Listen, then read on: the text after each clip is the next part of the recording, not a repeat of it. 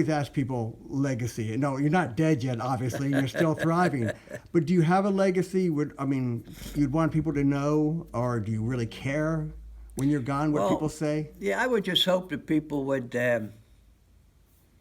be happy with my public service, and I still belong to a lot of organizations. You know, I belong to the Hamilton Elks Lodge, the Irish Hibernian. I'm the token Hungarian there, the Irish.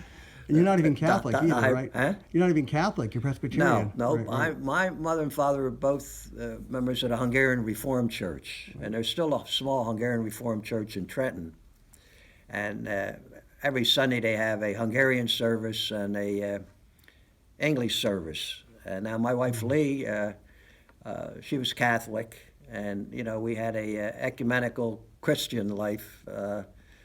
And it worked out well. Right. And I used, like Christmas Eve, my wife would go with me to the Hungarian church for the English service, Christmas Eve early, 7 p.m., and then we would go to midnight mass at one of the Catholic churches in the area, Holy Cross Church, the Sacred Heart Church in Trenton.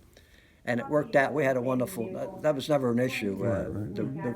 The difference in religion, but it was Christian, you know. Right. Just sharing the pageantry and sharing each other's, faith. Yep, and that's helped me too, because even now when I go into a place, whether it's the High Bows people will come up to, "Hi, Gil, hi, Sheriff." Sometimes I recognize them, but forgot their name.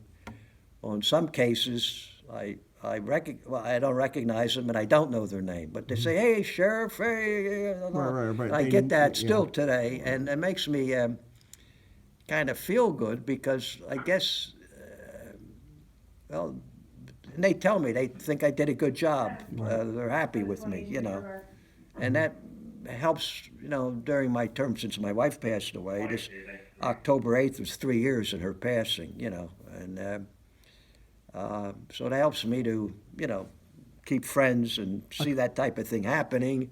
I call it renewing yourself.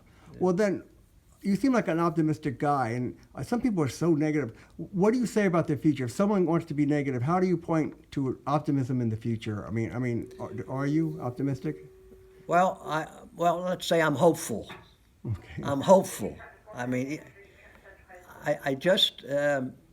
I think in time, hopefully, people will come around in some issues, the extreme people on, well. But have you seen that in your long political life and personal life? Have you seen that? Eventually the center holds, people come to their senses. Yeah, I feel that way and hope that way. And I think we're just going through some of these situations. And I'm hoping that more and more people and organizations, whether it's religious or private or financial or business or personal, that people really say that, you know, this is not for our children or children to be or grandchildren to grow up in that type of an atmosphere. I just hope that parents and grandparents and relatives realize that for the benefit not only of their own but of their children, the children today and the children, you know, of the future. Right.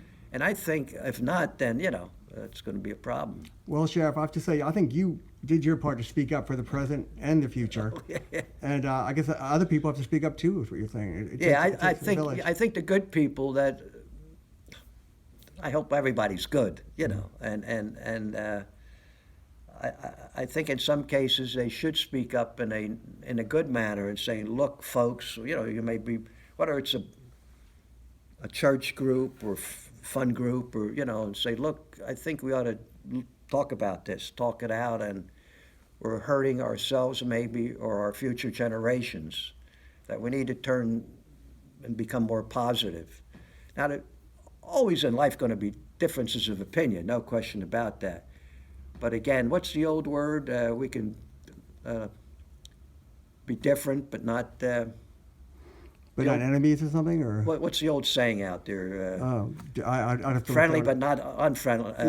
Difference of opinion but not unfriendly. Right. But diplomatically spoken, or diplomatic, something. so to speak. Right. I think that's what we need to do. Yeah. Number one, we should listen and maybe understand differences, and then maybe why there are those differences, and whether they're worthwhile, or we ought to talk about some changes maybe Right. in those differences for the better, not only for ourselves, but again for our families, children, future children, grandchildren, all of that.